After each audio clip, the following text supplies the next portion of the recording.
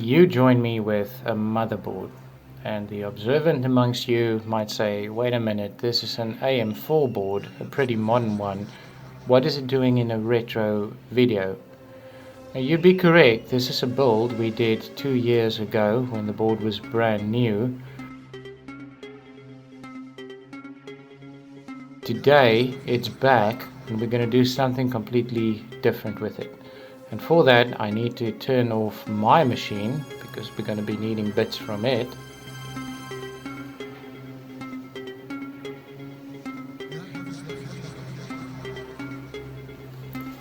And also some bits of my home server, this tiny little HP that we've covered in a previous video.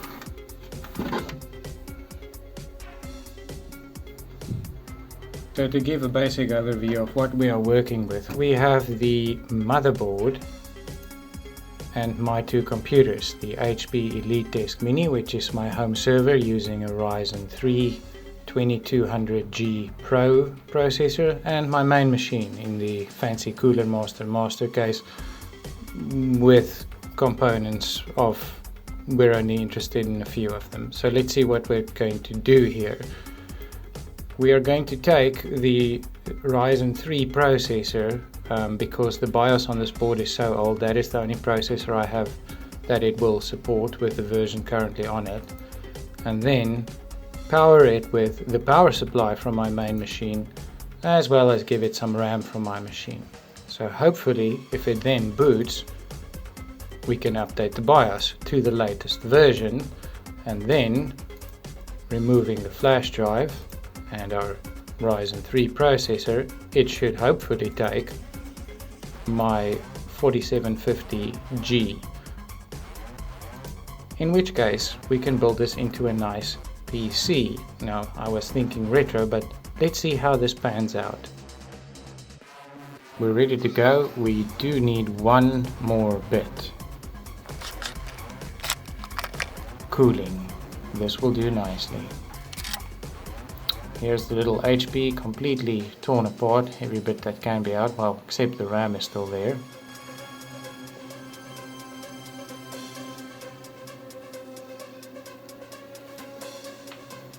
And we've got the power supply of my machine hooked up to this motherboard, and there is one RAM module. Let's power up the monitor. Nice. Let's give it some power.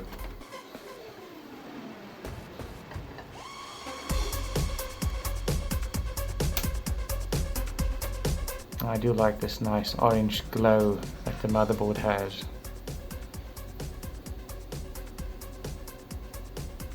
Seeing as we now have power on the motherboard, I guess we can just short out the power on pins and hope for the best.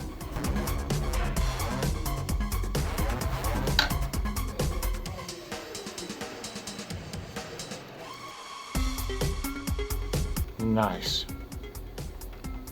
So you will notice the BIOS on this board is very old, actually from the start of 2020. It hasn't been updated. So what we are doing is definitely a good idea if we want to run this newer processor. Like this animation in the BIOS, pretty cool.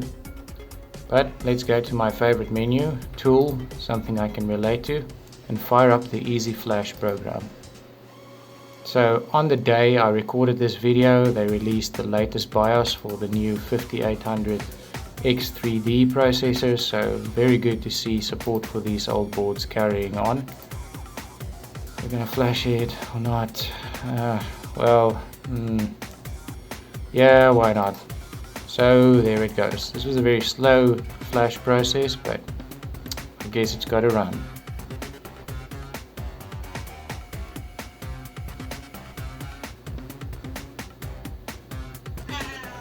What's that?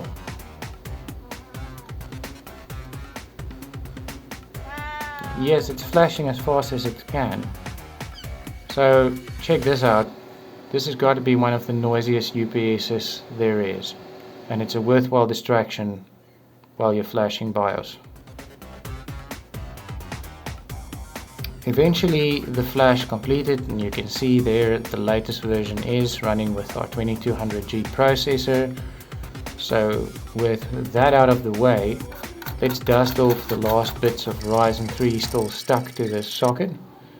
Drop in my 4750G, which has honestly been in a lot of motherboards by now if you've seen the previous videos.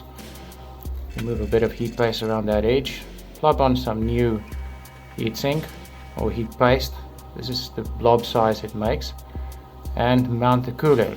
Now mounting this cooler, you do it from behind.